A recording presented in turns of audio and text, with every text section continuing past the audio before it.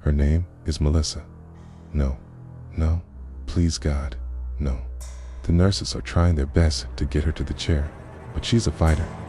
The sedative wore off sooner than expected, and after looking at her chart, I'm hesitant to give her anything else. Let me go. She's the 9th one so far this month, 7th the month before. It's starting to get out of hand. Something has to be done. It's obviously a flaw in the process.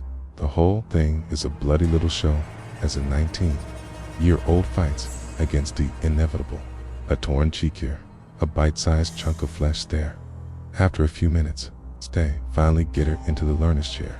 The nurses step back and I check all of the restraints and the bit. I've been injured 3 times due to improper restraint, so I've developed a mild neurosis and a negative view of the nurse's work ethic and thoroughness. After I go through my own checklist, I begin. Hello, Melissa. I'm Dr. Rogers. Can't talk because of the bit, nor can she spit, but she's doing her best to try both. Now listen, if you cooperate, there's a good chance that you'll be released once the baby is delivered. 8. If you continue to protest, it's cool. I'm going to make a recommendation to the Accord that both you and your baby be discarded due to antisocial behavior that could be genetic. She stops fighting after I fall silent. When she calms down and I see her eyes filled with tears, I start the process.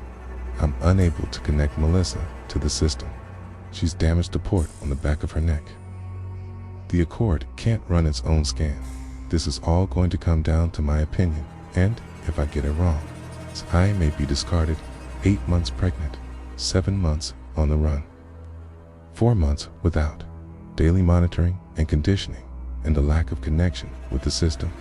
According to her chart, the father was discarded 7 months ago for aiding her escape. Despite the prenatal conditioning that Melissa and the father received, both rejected the rule of the Accord. Both engaged in intercourse without the proper documentation.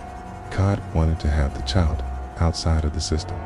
I have doubts that the baby can be saved. The nurses carry out all the necessary injections, and the child is finally on my screens. Everything looks healthy. Everything looks correct. There's still a chance for salvage. I hold a brief conference with the nurses. We'll give her a shot. After 7 months of defiance, she'll get what she deserves. A few weeks of acting as an incubator before being discarded. And the baby. I feel their eyes on me as I look at the floor. We'll try and save it for 4 months without proper conditioning. We'll keep it connected to the system 24 hours a day. Doctor, I have to try. Damn it. I'm not a monster.